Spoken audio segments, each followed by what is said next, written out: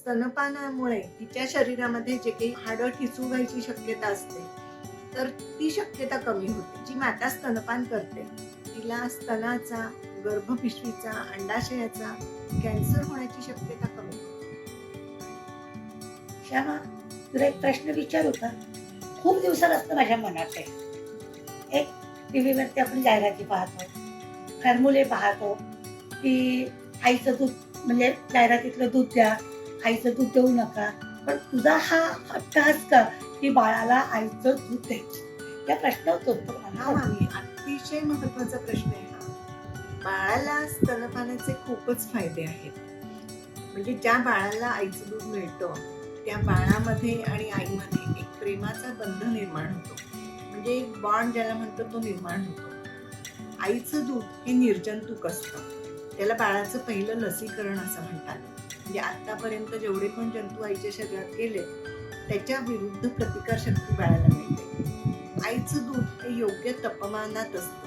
म्हणजे आईला काही ते तापवायचं किंवा असं काही धावपळ करायला लागत नाही, लगेच देता येतं. बाळाला जे घटक हवे आहेत ते सर्व पौष्टिक घटक योग्य त्या प्रमाणामध्ये आईच्या दुधात असतात. बाळ जर प्रीमॅच्युअर असेल तर त्या प्रमाणात बाळाच्या दुधाची क्वांटिटी बदलते. बाळ जर फुल टर्म आहे तर त्या प्रमाणात दुधाची क्वांटिटी आणि दुधामधले न्यूट्रिएंट्स बदलतात. त्यामुळे बाळाला जसं हवं तसं दूध आईचं तयार होतं. ज्या बाळाला आईचं दूध मिळतं त्याला पुढे बाळदमा किंवा त्वचेची ॲलर्जी असं होण्याचे धोके कमी असतात. ज्या बाळाला आईचं दूध मिळतं त्याला पुढे heart attack, blood pressure, diabetes याचे धोके कमी होतात. ज्या बाळाला आईचं दूध मिळतं फ्युचरमध्ये कॅन्सर होण्याची शक्यता कमी त्याला स्टेम सेल्स आईच्या दुधातनं मिळतात. आणि दुसरं म्हणजे आईच्या दुधातनं DHA मिळतात. त्यामुळे त्याचा IQ खूप हाय होतो आणि त्यामुळे ते पूर्णपणे हेल्दी होतं. असे असंख्य फायदे त्याच्यातनं होतात. त्यामुळं ते बाळ पूर्ण निरोगी असतं. ही स्तनपानाची माहिती तर मला खूप छान मिळाली, बरोबर आहे. त्याच्यात बाळाचं आरोग्य वगैरे तुम्हाला सगळं सांगितलं. आता मला असं विचारायचं आहे की याच्यापासून आईला काय फायदे आणि आईचं सौंदर्य कमी नाही होणार का? हा एक, कारण हल्ली मुली नोकरी करतात, त्यांना त्यांची फिगर मेंटेन करायची असते, त्यामुळे त्या या दृष्टिकोनातनं बघणार ना, आपली फिगर कमी होऊ नको वगैरे म्हणून. म्हणून मला हा प्रश्न येतो की आईला काय फायदा? अतिशय महत्वाचा आणि सुंदर प्रश्न आहे. सगळ्या मुलींच्या मनातला प्रश्न आहे.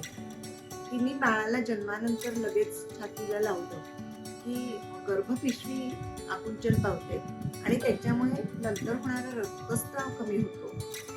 वर जी असते प्लासेंटा जो असतो तो लगेच बाहेर पडायला मदत होते आणि तिची प्रसूती सुखरूप होते.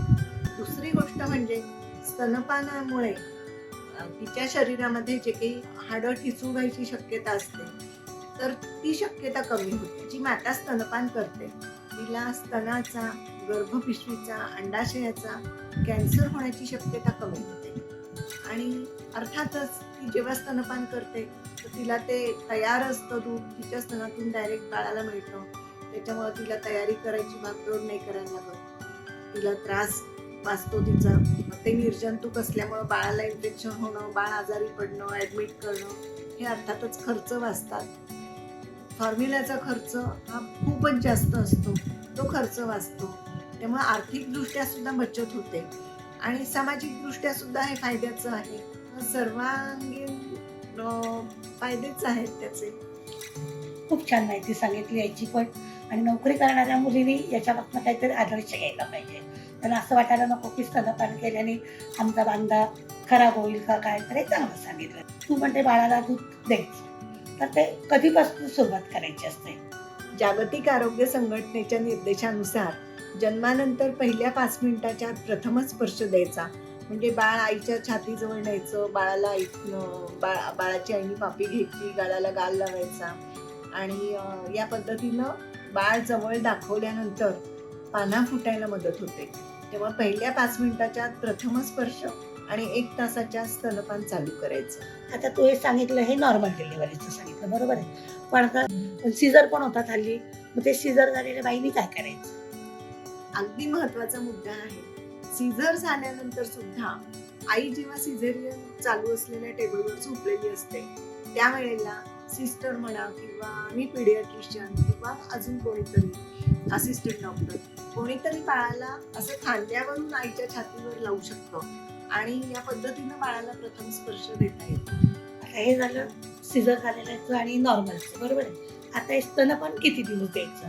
कारण हल्ली मुली नोकरी करतात, त्यांना कामावरती जायचं असतं, त्यामुळे मग त्यांनी किती महिने बाळाला स्तनपान द्यायला पाहिजे? 6 महिने निव्वळ स्तनपान करायचं.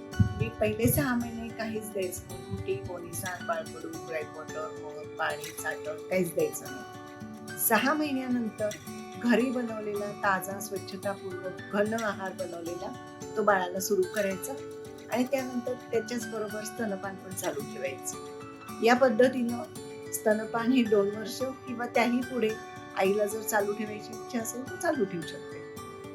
बरं, आता अजून एक खूप जुन्या काळाचा प्रश्न आणि आधुनिक पिढीचा पण प्रश्न, म्हणजे दोन्ही प्रश्न एकत्र. म्हणजे माझ्या मनात ती शंका की पाण्याची बाजू वेगळी, दुधाची बाजू वेगळी असते का?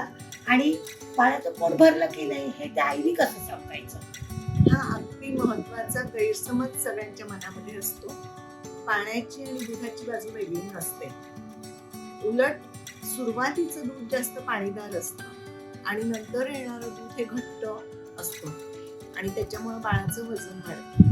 त्यामुळे दूध पुरतंय की नाही याच्यासाठी पहिली गोष्ट अशी की बऱ्याच वेळेला 5 मिनिटं इकडे 5 मिनिटं इकडे असं जेव्हा माता पाजतात तेव्हा दोन्हीकडचं पाणीदार दूध जातं आणि त्याच्यामुळे बाळाचं वजन वाढत नाही.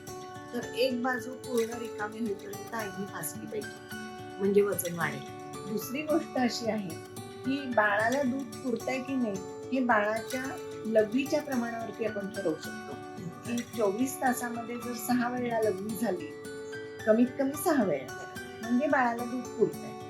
आणि दुसरी गोष्ट वजन. एका महिन्यामध्ये जर 500 ग्रॅम वजन वाढत असेल म्हणजे अर्धा किलो वजन वाढत असेल तर बाळाला दूध पुरतंय असं समजायचं.